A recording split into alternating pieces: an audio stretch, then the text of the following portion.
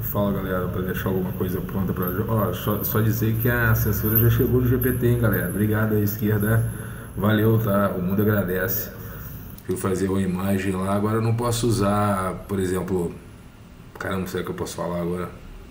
Será que eu posso falar isso? Eu não posso ter imagem, imagina falar, então pior. Então, pobre de direita, eu não posso falar pobre de direita, olha que bizarro. Beleza, galera, não posso falar pobre de direita. Eu posso repetir, não posso falar pobre de direita. Aí você tem que, sei lá, recorrer a artifícios bizarros, assim, sabe? Por exemplo, sei lá, tentar escrever ao contrário, né? Falar nisso, eu vou colocar aqui. Eu tentei fazer, tava carregando, não vou. Porque é muito mais fácil fazer o banner, né? Dá um trabalho, era o dia inteiro quase fazendo. Deixa eu ver. Calma aí. Eu sei que eu tô gravando isso aqui. Calma, eu vou dar uma pausa aqui. Beleza. Eu não sei se o GPT consegue entender códigos. Eu tive que fazer o contrário lá. Que bizarro, hein? Obrigado, hein, Seda. Tava ficando fácil, né, a gente ter banner agora simplificado, né? Pesa um clique, alguns segundos. E agora voltamos à Idade da Pedra. Mas o que vocês querem? Mas o que vai voltar à Idade da Pedra? Valeu, hein? Beleza, eu tô aqui com um artigo. Eu poderia falar, sabe, por conta própria, mas é preferível pegar alguém de autoridade. E eu tô aqui com autoridade de um economista aqui, do Instituto Mises, chamado João Ramon Ralo. Esse João Ramon Ralo, eu não peguei o histórico dele não, mas eu sei que ele escreveu um livro chamado... Calma aí, eu vou até clicar aqui para ver o histórico dele, que é feio, né, a gente fazer Tá aqui, né, diretor do Instituto João de Mariana e professor associado de Economia Aplicada na Universidade Rei João Carlos em Madrid. Ele escreveu também lógico, né, vários artigos aqui, né, no Instituto Mises.org.br, né, vários artigos aqui e tal, e entre eles essa questão do pobre ter direito, né, de ser de direita, se quiser, né. Não somos inatistas, né, somos uma tábua em branco, né, somos capazes aí de construir uma nova natureza, como diria, como é que é? Como é que chama? Pastel? Não. Vários autores aí que cunharam essa frase, que é possível criar uma nova natureza, né? O ser humano, ele não está pré-determinado, né? Por isso que existe o livre-arbítrio, você muda de direção, né? Você pode se recorrigir, por isso que existe o termo conversão, etc. E por isso que existe inclusive o termo revolução, né? Que é tipo uma ruptura, né? E por isso que existe o debate filosófico também entre o ser que é para sempre, né? e o que se torna, sabe? Dentro da filosofia lá antiga da Grécia. Não lembrei, galera, acho que é o Pascal que falou, entre tantos, né? Que falou dessa segunda natureza, a importância dela. Nós somos pedras, né? Até as pedras mesmo são polidas, né? Pode ser polidas com o tempo, né? O terreno, etc, né? Imagina, quem dirá o homem, né? As coisas mudam, tem a questão da ato-potência, etc. Então, além de ser pensante, o homem também pode se autocriar, né? Modelar, etc. O que a esquerda totalmente nega, né? Nega como argumento mesmo para ganhar debate, não. E historicamente ela se propôs ao contrário, né? Romper com tudo, né? Romper com tudo. Se alguém rompe com tudo, né? Ela fica o quê? Também instável, né? Se torna intangível, etérea, etc. O que é também um grande problema, né? Não só a solidez estática é um problema, como o rompimento também é um problema. Aquela comparação bíblica lá, peraí, baixo aqui, aquela comparação bíblica sobre casa, né? A questão da casa lá, casa feita no... Qual que é a comparação bíblica, galera? Peraí. É casa feita no deserto, isso. Feita no deserto que não tem sustentação nenhuma, e nós conservadores buscamos essa concentração, e agora junto com os liberais. Aqui, vamos aqui o artigo aqui. Então o artigo começa assim, tem data disso? Bom, se não achar a data, com certeza no final certamente existe uma data. Então estamos aqui diante do artigo, abre aspas aí, tive que cortar, que bizarro, né? Mas beleza, abre aspas aí. É incompreensível um pobre ser de direita. Essa é uma afirmação que a esquerda sempre diz, e aqui no próprio artigo, né? E aí continua, vírgula, diz a esquerda, eis as duas contradições dessa frase. Quem se opõe a algo que supostamente o beneficia demonstra honestidade e ética.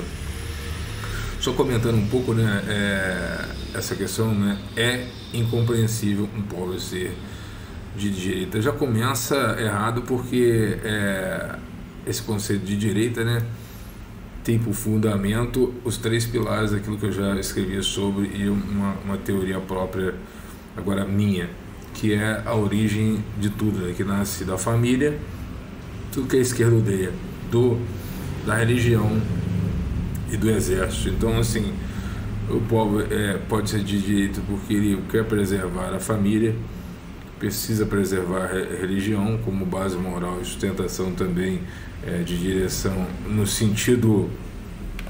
Pô, tô falando esse tempo todo, nem sei se tá gravando. Pera aí, deixa eu só testar se tá gravando, velho. Acredito que sim, hein? Ei! Peraí, eu vou testar, calma aí, tava desligado o microfone. Agora eu já não sei a diferença do microfone tá ligado ou desligado, mas beleza, vamos supor que ele esteja funcionando. Alô? Tem diferença aí? Se você tá ouvindo direitinho aqui. Então, vamos supor que ele esteja funcionando e as coisas sejam... Porque eu consigo me ouvir, agora eu não sei se quem escuta consegue ouvir com perfeição como consigo. Então tem essa afirmação aí, então, né, como é que é possível e tal. Mas se a esquerda, ao mesmo tempo ela diz isso, ela nega de certa forma, porque para entender a questão de direita e esquerda, tem que entender a Revolução Francesa, tem que entender o que um representa, que é a ruptura, né? O pobre pode ser contra qualquer ruptura, sabe? Ruptura que eu estou falando, ruptura agressiva, sabe? O pobre ele pode ser contra, um exemplo é o Estado totalitário, que é o perfil da esquerda, sabe? Então você tem um Estado lá que é um Estado tirânico, e só pode ser assim, porque se não for assim não consegue controlar os anseios do povo, que são anseios totalmente desordenados e aleatórios, sabe? Inclusive não só na questão cultural, mas a questão impossível de unificar culturalmente, como na questão econômica e na questão moral também, sabe? Se as pessoas pensam de forma particular, se elas têm as suas culturas exercem a sua cultura de forma particular e ascendem também e podem ascender de forma particular, né? Ou seja, nós não estamos falando de um período, sei lá, Idade Média ou anterior ou qualquer outro período histórico, eu estou falando do período século XXI, sabe? Então há uma necessidade de atualização para que essa frase possa ganhar sentido, sabe? Se você dissesse isso lá, até mesmo na Revolução Francesa, diante dessa revolução, depois dela, né, que surgiu esse conceito aí, mas até antes, talvez fizesse algum sentido, sabe? Mas agora não há sentido cronológico nenhum, sabe? Mas vamos ver o argumento do Ramon aqui, se coincide com a direita num geral, né, num todo, né? Então aquela questão, né, o pobre quer seguir a ética da ética popular, né? Qual que é a ética popular? A ética cultural. Qual que é a ética cultural? Geralmente é uma ética não dos filósofos, mas não do direito, mas da religião. Então você tem a ética dos filósofos, que claro que vai evoluir para a ética do direito, com base nos filósofos, e você tem a ética da religião, sabe? Então e a ética popular é a ética da religião, e a ética da religião é, aqui no Brasil, cristã. Estou falando do Brasil, né? Posso falar dos outros, mas de certa forma religiosa, vamos dizer assim, de certa forma. Geralmente a ética, ela tem raízes, de certa forma, na religião, sabe? Desde do Homem das Cavernas, né?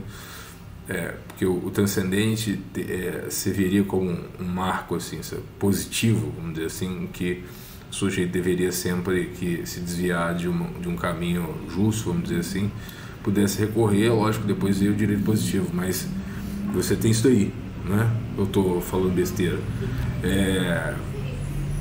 Pelo menos na ótica de Fenton Facchini, na ótica da própria filosofia, né, da religião, eu careço um pouco de instrução, e eu estou dizendo, quando eu falo de religião, estou me importando com a origem do Estado, sabe? Porque quando você fala, apesar de ser um artigo de economia e basicamente Marx fala só para a categoria econômica, é bom analisar também o mundo de forma ampla, né? Não só economicamente, né? O problema de Marx é achar que a economia justifica o mundo inteiro, sabe? Eu poderia dizer o que o mundo é apenas com através da ótica econômica, que é uma burrice sem tamanho. Mas vamos aqui, então assim, você tem a moralidade, essa moralidade que dá um norte, que não é um norte terreno, não é um norte degradante, não é um norte celestial, ou seja, está acima dos homens, né? Mas o problema é que o Estado quer sempre se pôr acima da fé, né? Então ele quer obrigar a extinção da fé para que ele se coloque, e aí tudo que ele disser possa ser tido como sagrado, etc, né? Então, e tem a questão, são muitas questões, vamos ver, de acordo com que ele for levantando aqui, a gente vai comentando, nós iremos comentar a respeito da explanação do sujeito aqui, do Ramon. Quando a esquerda não recebe apoio eleitoral, ou mesmo espontâneo, como passeatas na rua, daqueles indivíduos cujos interesses ela acredita representar, ela rapidamente se entrega ao discurso arrogante e elitista de que o pobre não a apoia. O pobre que não apoia é burro, ignorante, alienado, pois está indo contra seus próprios interesses. A questão que o Marx achava lá, que diante da revolução os pobres do mundo inteiro iriam se unir para assim, modificar, né, o sistema, ou seja, trocar 6 para meia dúzia, né? Ou seja, o governo agora ele assume o papel central de tudo, eu digo tudo, que você quer comprar, o que você deve pensar, como você deve agir, os canais que você deve, aquilo que você deve escrever, que você não deve escrever, a sua educação ou não, etc. A troco de algum tipo de estabilidade mínima possível, mínima, eu digo mínima, historicamente mínima. E aí, beleza. Ele fala que o pobre é ignorante porque não a apoia, né? No caso, o pobre aí deixa de apoiar a esquerda, na visão deles é burro, ignorante e alienado, pois está indo contra seus próprios interesses. Então, você próprio pode conferir exemplos práticos disso aqui, ali e tal. Não sei porque está azul, né? Mas beleza. Pode ser que seja alguma continuação. Mas vamos lá. Aí continuando. A lógica é simples. Dado que a esquerda supostamente... Peraí, só um momento. Então, toda hora eu esqueço de ligar o microfone. Peraí, eu vou ter que pausar de novo para ver se tem alguma diferença. Muito bem, gravando. E aí continua aqui o artigo. A lógica é simples, dado que a esquerda supostamente defende o aumento da tributação sobre os ricos para repassar o dinheiro aos mais pobres, tanto diretamente via assistencialismo quanto indiretamente via educação, saúde pública, né? Então todo pobre, por definição, tende a apoiar a esquerda, que seria composta por superiores, né? Seres abnegados e salvadores. Então, primeiro, existe o discurso, ou seja, não se atrai o rato sem que haja aí queijo na ratoeira, né? Então é preciso E quando esse discurso vira real, ele ou é ineficiente ou é corrupto, e independente de ser ineficiente ou corrupto, ele tem segundas intenções, ele não é uma via em si mesmo, né, como diria Kant, né, não é um bem em si mesmo, é um bem utilitarista, né. O utilitarismo também é Stuttmill, hein? Aí a esquerda, vamos estudar aí, o Stuttmill está na lista aí, ou só Marx? Será? Kant também? Um bem em si ou um bem universal e com valor em si, ou um bem para um segundo, como diria Maquiavel, né? Pensando na manutenção do governo. Vamos estudar aí Maquiavel, aí já temos 3, hein? Vamos estudar Maquiavel, temos Stuttmill e temos Kant, o seu imperativo categórico. Aí, beleza, a propaganda, mesmo que se consolide-se, mesmo que se consolide aí, de certa forma, tanto a saúde como tal, a direita também não é contra a saúde do Estado. Para a direita, para os liberais assim, o Estado tem que cuidar da educação, saúde e segurança, está bom demais, e não de tudo, sabe, como deseja a esquerda. Esse é o primeiro ponto aqui. E aí, quando falo em educação, é uma coisa bem crítica, porque a educação que temos hoje é educação, tirar da educação bancária e colocar no lugar a educação doutrinária, né? De bancária para doutrinária. Antigamente o ruim era ficar sem muita reflexão e decorando praticamente, né? Exercício de memória. O decoreba não é decoreba não, tá? É um exercício de memória, só deixar bem claro aqui. E aí no seu lugar, né, é propaganda marxista.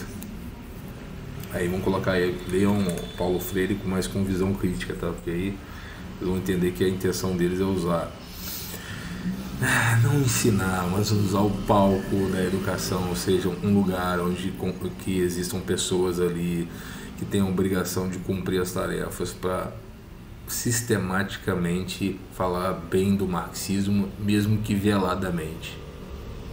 Ok, até aí é o que está dizendo aqui também.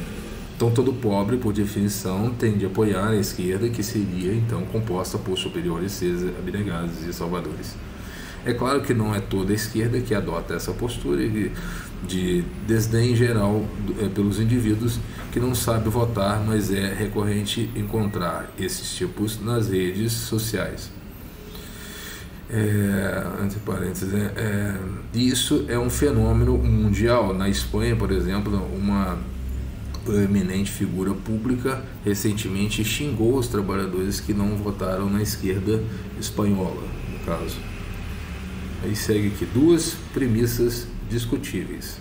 Essa afirmação de que um pobre de direita é um tolo, para colocar em tons mais leves, parte de 2 premissas extremamente discutíveis. A primeira premissa é de que ser de direita, no caso, defender uma política econômica que não atente contra a livre iniciativa, é prejudicial para os pobres. Mais uma vez, a primeira premissa é de que ser de direita, no caso, defender uma política econômica que não atente contra a livre iniciativa, é prejudicial para os pobres. A segunda premissa é de que os pobres deveriam votar de acordo com seus interesses diretos e não de acordo com princípios morais gerais e imparciais. É legal quando eles fazem isso, né? Na visão da esquerda, então, assim, todo pobre deveria ser de esquerda, porque, sei lá, eu preciso de coisas que o Estado não me dá, e aí a promessa da esquerda de usar o Estado para dar essas coisas não é sincera. Então, se não há uma verdade, a pessoa também não tem obrigação de seguir mentiroso, sabe? Acho que essa é a questão. E essa vai aqui, lembra no começo lá? Depois que eu li a introdução lá, qual que é? Eu vou ler de novo.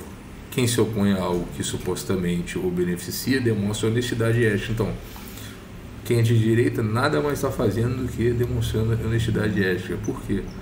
Porque quando ele descobre que o bem que os líderes de esquerda, que a classe de esquerda oferece, com segundas intenções, ele fala, pô, peraí, tô confiando num cara aqui que talvez até mesmo tenha saído do povo, que assim, que não justifica nada, não diz nada. Se o cara sair do povo, não entender de política, não adianta nada, sabe? Já começa por aí. E aí chega lá, o cara quer pensar em si mesmo, ele começa a proteger os seus e a si próprio, sabe? Esquece do povo. E aí, lógico, não, para ser votado de novo, ou ele entra numa ditadura, ou ele dá início. Quando eu falo ditadura, não estou falando de ditadura para prevenir o comunismo ou qualquer outro sistema autoritário, não. Estou falando de ditadura do próprio sistema autoritário, sabe? Que é o socialismo. Então ele fica lá, ele dá tenta comprar, vamos dizer assim, esse apoio da maioria, porque uma das coisas que Marx mais identificou na sua obra é o seguinte: é a força da maioria. Várias coisas têm força, né? A sabedoria tem força, a própria força bruta, né? A força bélica, a gente pode chamar de força bélica também, é uma forma de manter o poder. A sabedoria é uma forma de manter o poder. Lógico que todas essas forças juntas, ela pode fazer um filósofo rei, sabe? Mas ela pode fazer também um grande tirano. Isso é o grande problema da filosofia política, né? Então, continuando aqui, a primeira pergunta seria do interesse dos pobres atentar contra a livre iniciativa? No curto prazo, uma política de alta tributação e distribuição até poderia ser do seu interesse, pois o pobre ganharia renda imediata à custa do confisco do capital que foi imobilizado pelo capitalista. Ou seja, né, você implanta o socialismo e aí você tira daqueles que produzem muito e redistribui, beleza. E aí vem o segundo argumento aqui do João, né, do artigo aqui do João Ramon aqui. No longo prazo, porém, porque assim, uma das armas da esquerda também é instigar curto prazo, sabe? Tipo assim, benefícios a curto prazo, nunca a longo prazo, sabe? E o pobre geralmente ele raciocina mesmo, tô falando que eu sou pobre, sabe? Então o pobre raciocina, e só convivi com o pobre, então o pobre raciocina sempre a curto prazo, né? Nunca a longo prazo. E aí que vem. No longo prazo, porém, há um alto risco de que o capitalista expoliado deixe de reinvestir esse capital, o que faria com que a economia se descapitalizasse e, consequentemente, fosse reduzidos os investimentos, as contratações e, consequentemente, os salários. Então, você ia ter, como não ia ter investimento, né, você ia ter que trabalhar com pouca gente, né, porque você não ia correr tantos riscos, não ia poder correr tantos riscos assim. Você ia ter que investir pouco, diminuir as contratações e, consequentemente, pagar abaixo os salários, porque por causa dos riscos, assim, inclusive do Estado poder, se o Estado controla até a economia da própria empresa, sabe? Imagina, quem vai querer ter uma empresa serva do Estado? Ninguém, né? Melhor trabalhar só em empresa do Estado. Então, assim, e aí que tá a parada. Aí que começou quando eu fui pro lado da direita, foi justamente por esse tipo de raciocínio. Vamos imaginar que as empresas todas fossem dominadas pelo Estado. E aí, de repente, o Estado, por conta da sua baixo investimento de capital estrangeiro, ele entrasse em crise e também de venda dos seus produtos. Estou falando aqui numa linguagem minha e no máximo da filosofia, tá? Não sei o economês, não. Mas vamos dizer assim que começasse a ter uma crise geral. Essa crise ia ter que ser repassada para o povo, porque o Estado também não consegue se sustentar, porque é o próprio povo que sustenta o Estado. Essa é a questão. Vale a pena ler o cara lá que escreveu Anatomia do Estado, mais um aí, anota aí, galera. Esqueci o nome do cara, mas é Anatomia do Estado que chama o livro. Então, você tem Hobbes no meio também, pode adicionar aí, uma pitadinha aí também. Então você tem aí abaixo os salários, né? E aí, mas quando tinha as outras empresas, né, por mais cruel o patrão fosse, se você é um bom profissional, você muda para uma outra que paga mais, sabe? E aí por diante, leva no pau, etc. Agora como é que você vai lutar contra o Estado? Imagina, você não tem dinheiro para nada, quase tudo é do Estado, e aí se você for pedir um advogado do Estado, o advogado do Estado vai lutar contra o Estado, né? Essa é a lógica, faz sentido isso? Só que é o seguinte, eles não vão falar nada disso, porque eles querem te induzir a pensar a curto prazo, lembra? Então, não pode pensar a longo prazo, sempre a curto prazo, então você não consegue enxergar o colapso disso, o que prejudicaria, acima de tudo, o mais pobre, que passaria a ter um menor padrão de vida. Então, você que está sonhando aí, que fala que o rico não pode ter as coisas e tal, e sonha também em ter as coisas, saiba que no sistema socialista você também vai continuar sem ter as coisas. Então, mais uma vez, 6 por meia dúzia, é bom guardar isso. É como se fosse assim, no capitalismo você tem a pobreza, mas com possibilidade de, lógico, né? Tem um risco aí de você prosperar. Agora no socialismo esquece, você deseja prosperar, esquece. Você gosta de coisas boas, esquece. As coisas serão estatais e somente estatais. Capital e trabalho não são necessariamente... Porra, abrir boca é foda, eu odeio, cara. Continuando aqui. De reduzir o padrão de vida, beleza. Capital e trabalho não são necessariamente, no artigo aqui, fatores substitutivos e concorrentes. Ao contrário, eles se complementam e cooperam para se enriquecer mutuamente. Trabalho e capital não são inimigos, são aliados. Então, já a segunda premissa acaba se revelando a mais interessante, pois quem a defende nem sequer se dá o trabalho de analisar as implicações de sua própria postura, a saber, que o pobre tem de votar na esquerda porque seus interesses são defendidos pela esquerda, significa equiparar moralidade e justiça a interesse próprio. Então, você mascara, maquia, monta o cenário todo, verdadeiro ou falso, não posso dizer também, não tem bola de cristal, mas historicamente falso, para que aconteça a revolução. E como você não atrai o queijo atrai o rato sem o queijo na ratoeira, você começa a dar coisas que empolgam essa galera, e essa galera vota em você. Então é mais uma questão de remorso, de instigar remorso, do que sinceridade. Por exemplo, por que eu sou de direita? Porque, sei lá, eu acho que a moral da religião tá boa, apesar de seus defeitos, e, né, apesar de todos os erros da humanidade, é possível manter os acertos, excluir os erros, evitar os erros e manter os acertos com uma reforma, seja ela qual for, e não destruir a casa, né?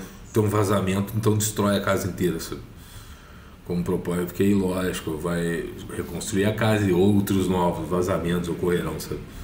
De outra maneira. E aí a pergunta que fica, com essa nova estrutura totalmente estatal, né? Ultra belicosa, que é a característica maior do sistema socialista, o povo conseguiria fazer uma outra revolução dentro desse sistema, lembra, do pensamento a longo prazo. Então, trabalho, capital, não inimigo. Seguindo aqui, já a segunda, tal. Ora, seria possível que os pobres ou qualquer outra pessoa de qualquer classe social agisse não exclusivamente por interesses materiais, mas também por critérios mais gerais e abstratos de justiça e moralidade? Para a esquerda é impossível. Então a esquerda monta uma estratégia de que tudo na vida do ser humano possa ser analisado de forma econômica.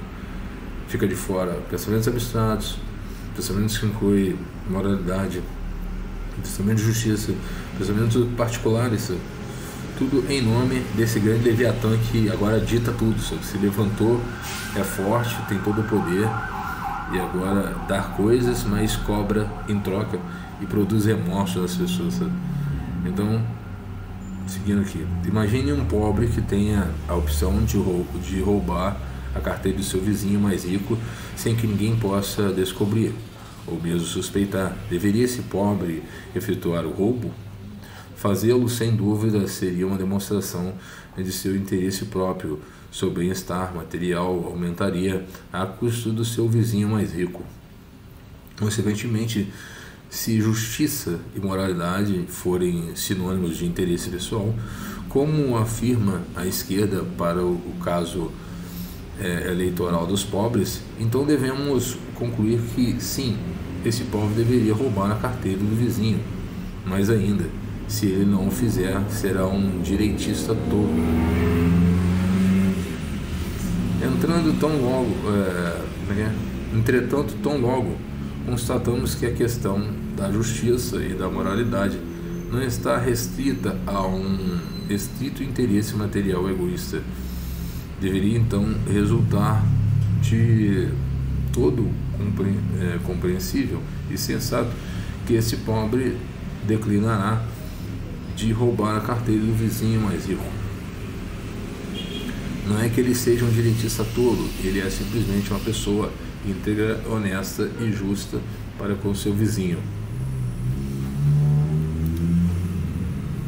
Então, a longo prazo é tirar do que tem para que todos tenham a ter de forma possa sair do mesmo ponto de partida, né?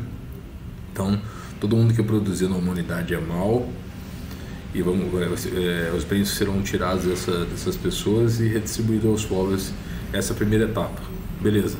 Só que o capital ele termina, né? Ele não é infinito, né?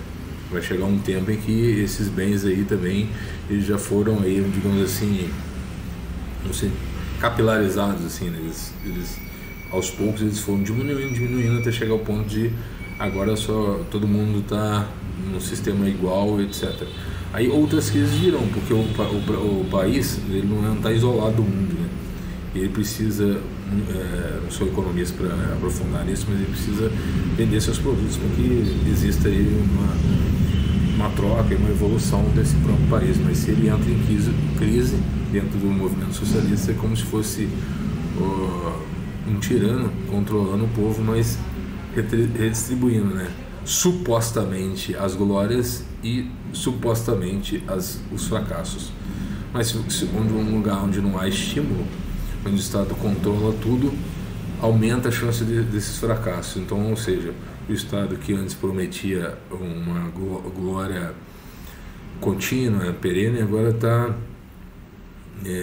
envolto em crise e começa a distribuir fracassos, né? Como já aconteceu, a gente viu isso acontecer em Cuba, né? Nos primeiros anos foi que, uma maravilha e tal, todo mundo gozando de paz. Então em pouco tempo, inclusive sem um grande padrinho, né, etc, né, você entra em crise e começa a redistribuir só miséria, né, impedindo que pessoas cresçam. E quando cria-se grandes monopólios, o que eles combatiam antes agora volta a acontecer, só que só sob o domínio do Estado e ultra militarizado, sabe? No fundo, nessa parte que o economista está querendo dizer, acho que em outras palavras seria isso, né? Vamos supor, você é pobre. Se você é pobre, logo você tem que arrumar um jeito de tirar logo um dinheiro de alguém. Não importa a moral, sabe? Importa o interesse, importa deixar tudo por igual. E aí, algum princípio de justiça divina vai falar assim, não, isso é do outro. Mesmo que ele tenha conquistado injustamente, é dele, sabe? E se é dele, não deve ser tocado, sabe? Não vale a pena roubar, mas para a mentalidade de esquerda, não. A mentalidade de esquerda, se ele tem, e se ele é herdeiro, etc., é lícito que nós tenhamos que isso seja distribuído, nem que seja à força. E aí eles esquecem que, geralmente, essa moralidade cristã predomina na mentalidade não só do pobre, né, mas quem é de direita, né? E aí não é pelo fato de ser pobre, sabe? É pelo fato de ser de direita, sabe? Pelo fato de escolhas de moralidade, predomínio na balança, digamos assim, do que a pessoa considera mais importante para ela. De um lado vai estar a economia, de outro lado vai estar a justiça, e nesse caso aqui, justiça divina, sabe? Não devo tolerar as pessoas, independente dos seus erros. Não devo tocar no bem do outro, independente se foi ilícito, não cabe aqui julgar ele, daí etc. Então a esquerda não, em nome da justiça social vale tudo, vale matar, vale perseguir, vale fazer o que for, desde que depois isso venha com justiça. Lógico, isso é curto prazo, né? Porque a longo prazo sempre vai dar no mesmo. As pessoas continuam errando, os governos continuam, tendem a se corromper, a se tornar grandes tiranias, etc. Só que isso não vai ser falado. Isso vai sempre ser ocultado, sabe? E essa visão aqui do economista aqui, assim, então, por algum princípio, esse cara, ele não quer fazer isso, ele não quer esse ato, ele não quer esse espírito revolucionário de equalizar a qualquer custo, não, sabe? Ele quer que todos tenham direito de alguma forma, mas isso sem precisar de punir outras pessoas dessa forma, sabe? E tirar delas para redistribuir na marra, sabe? Porque na moralidade cristã a pessoa deveria fazer isso por livre e espontânea vontade, sabe? Se o cara ele deve repartir o que tem por livre e espontânea vontade, não o Estado teria que intervir em momento algum. Isso pediu para que o Estado viesse de encontro a essas pessoas e tirasse deles o que tem, a força, sabe? E aí vem o livre-arbítrio, né? Eu acho que o autor vai um pouco para essa linha aí. Ele vai continuar aqui, vai ficar bem interessante, porque é justamente o que eu estou falando aqui, exatamente o mesmo raciocínio se aplica ao pobre que se opõe a expoliar por meio do Estado os empresários ou ricos, mesmo quando esse esbulho, palavra nova em inglês, quando esse esbulho, é um espanhol que está escrevendo também, né? Esse esbulho poderia lhe redundar em um benefício social de curto prazo. Quem se opõe a algo que o beneficia porque acredita ser injusto não é um tolo direitista, mas sim uma pessoa que coloca suas convicções à frente do interesse próprio. Consequentemente, toda a sociedade está melhor por conviver com uma pessoa íntegra e honesta. Porque assim, não vale para a esquerda essa colocação de livre pensar, sabe? Vale o pensamento estático, né? Se você nasceu pobre, tem aquela questão também do ser, do estar e do ser, né? Você está pobre ou você é pobre ou você está pobre, sabe? Então para a esquerda é o seguinte, é aquele negócio engessado, né? Você nasceu pobre. É muito engraçado que a mesma esquerda que quer a justiça social aqui, que as pessoas mudem, ela não quer deixar o cara escolher o que ele deseja, sabe? Então ela não quer deixar o cara escolher o que deseja, sabe? O cara é pobre, ele deve ficar com esse raciocínio de pobre pro resto da vida, ele só pode gostar de coisas que algum intelectual que fala sobre os pobres, mesmo que nunca tenha sido pobre, mesmo que isso só justifique a revolução, eu tenho que dar crédito para esse tipo de cara, sabe? Eu reconheço no cara que ele é desonesto, ou seja, ele nunca foi pobre, e todo o bem que ele faz não é um bem em si, é sempre um bem como barganha, né? Então assim, eu te dou uma universidade, em troca você me dá fidelidade em nome da revolução. É isso que, em síntese, né? E aí eu identifico isso e eu não posso me negar. Eu tenho que aceitar de todo o gosto esse tipo de situação. Esse é o problema, né? É claro que podemos debater se tais convicções são reais ou se, como parece acreditar, a esquerda derivam de uma falsa consciência da realidade ou de uma falsa consciência de classe. No entanto, entre aspas, né? Muito forte esse negócio do consciência de classe, né? No entanto, mesmo nesses casos, o pobre que não vota na esquerda estaria sobrepondo seu ideal imparcial de justiça e seus interesses egoístas, algo que não deveria ser criticado, mas sim aplaudido. Então assim, os caras eles criam toda uma retórica assim, e que se você não abraçar ela, você merece ser condenado. Se você for pobre e não abraçar ela, você merece ser duplamente condenado. Mas ele esquece aqui mais uma vez, as condições de hoje em dia não são estáticas. Estamos falando o quê? Do século XXI. Ninguém parou no século, sei lá, foi o quê? 19? De Marx ou anterior a isso. Então, em vez de insultar os pobres que não se mostram atraídos pela ideia de esbulhar terceiros para repartir o botim, a esquerda deveria tentar persuadi-los da superioridade de suas ideias e valores, os quais têm sido rechaçados.